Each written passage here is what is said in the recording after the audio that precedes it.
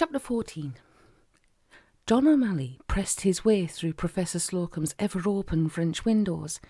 The old scholar sat in a fireside chair, earnestly conversing with the hawk-nosed man from another time. He waved his hand in familiar fashion towards the whisky decanter. "So where is Lucky Jim?" Sherlock Holmes asked, putting in his bid for the brewery. Omally shook his head, and his face showed more than just a trace of bitterness. "I was to meet Jim at the bench. We were planning an oil cruise." John flung the bundle of holiday brochures he had acquired the night before into the Professor's fire. "I missed him. No doubt he's lying even now in the arms of some avaricious female. Oh, cruel fate!" "Cruel fate indeed," said Holmes darkly. "Lucky Jim may not be quite so lucky as he thinks himself to be." Omally pinched at the tip of his nose. "We sank a few last night, and that's a fact. Jim wisely kept back a wheelbarrow load for expenses. He was more than generous." "So I understand. I regret that we were unable to attend the festivities. Tell me now, would I be right in assuming that Jim was wearing gloves last night?" Omally nodded. "Said that the money had given him a rash. I didn't give it a lot of thought. You know what these millionaires are like, walking around in Kleenex boxes and drinking Campbell's soup from tins. It's quite regular to those lads." Sherlock Holmes leant forward in his seat. "Might I ask you to show me your hands?" Omally thrust them hurriedly behind his back. "As I deduced," said the great detective. "Both door and window, was it?" Omally bit at his lip and nodded ruefully. "Until but a few minutes since." Professor Slocum cast Holmes a questioning glance. "Purely a matter of deduction," that man explained.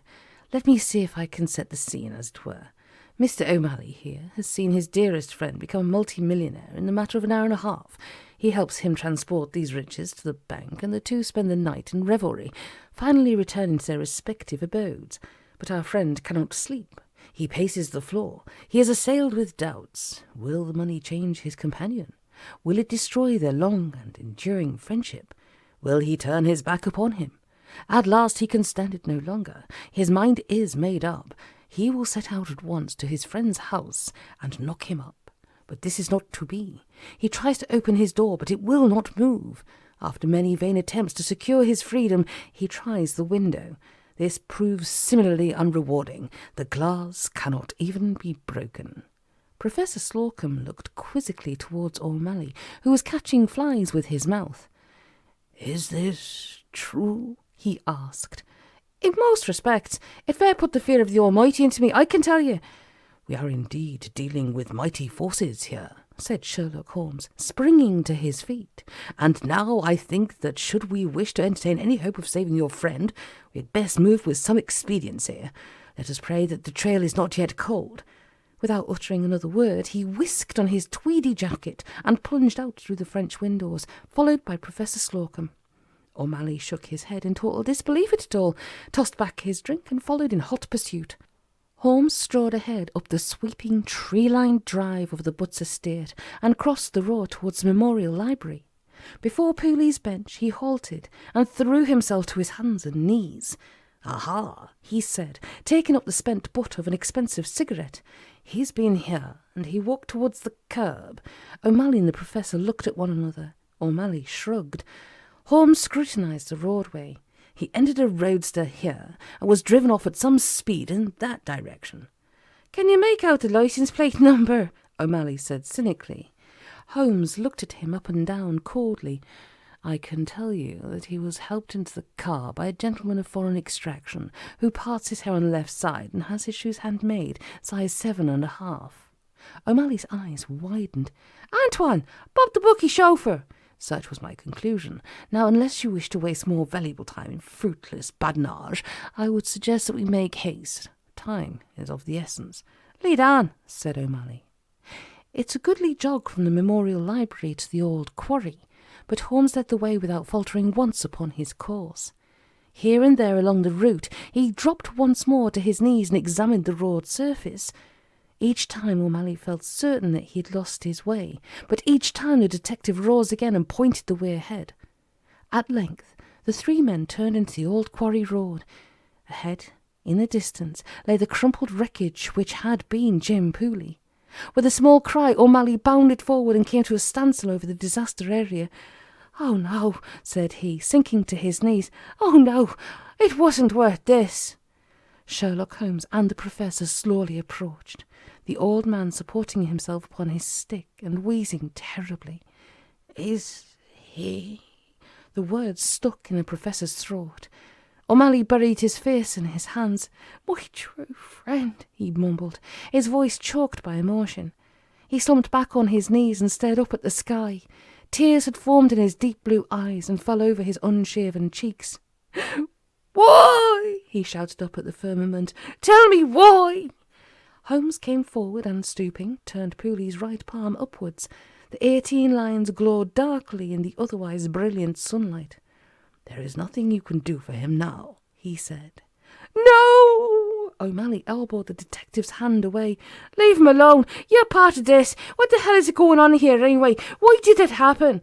"Come, John," said the Professor, laying a slim hand upon the Irishman's shoulder. "Come away now. There's nothing that can be done." Omally looked up bitterly at the old man. "You knew about this, didn't you?" he said. "You knew something bad was going on. You should have stopped it. You and your numbers and your magic." "Come, John.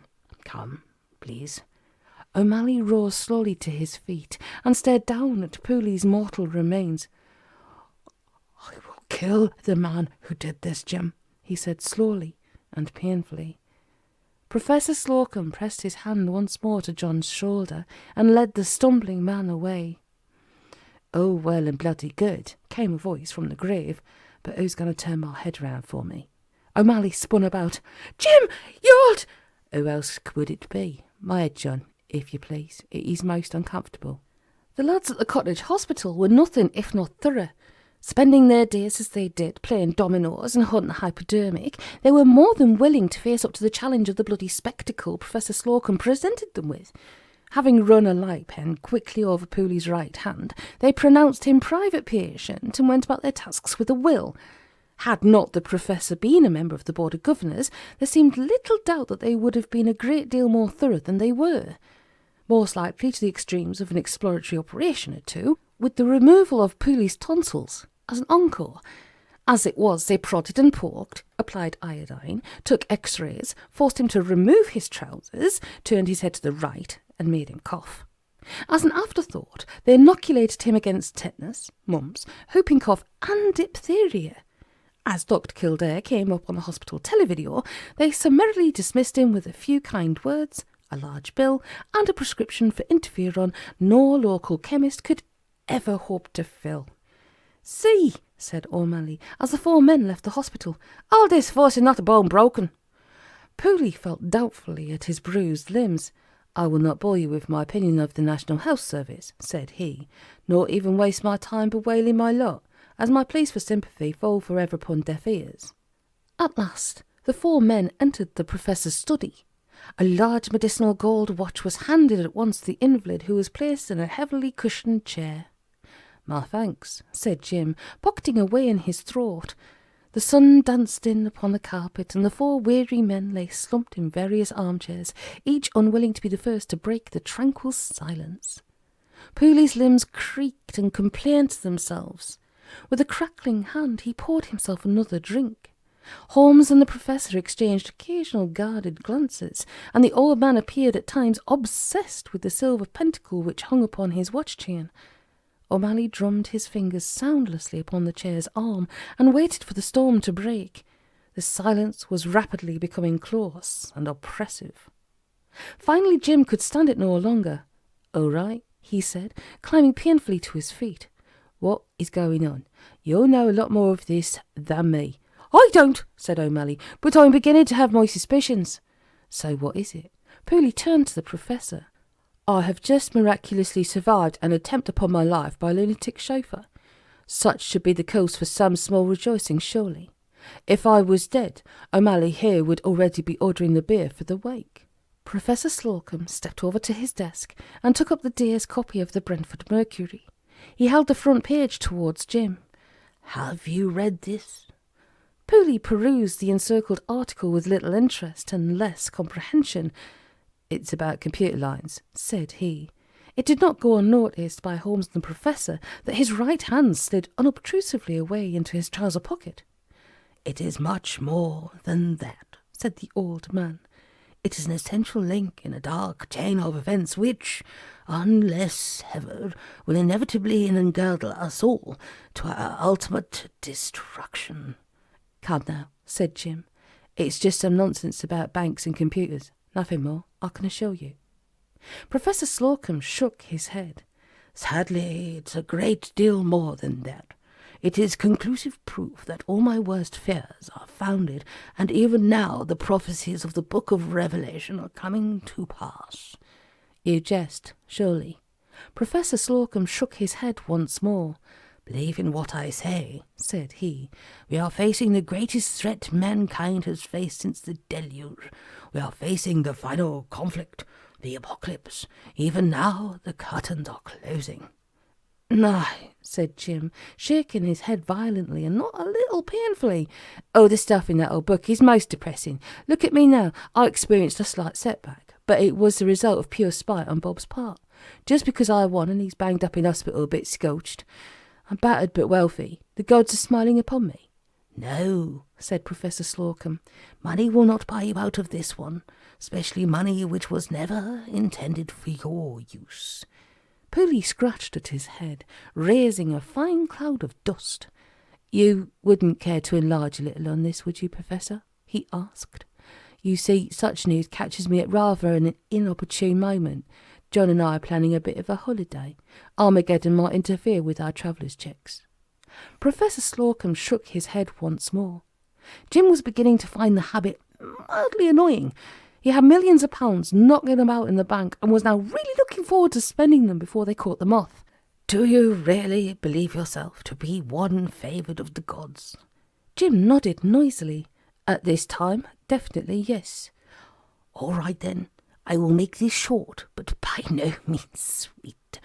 We will speak of these matters again. For now, let me read you a verse or two from the Revelation.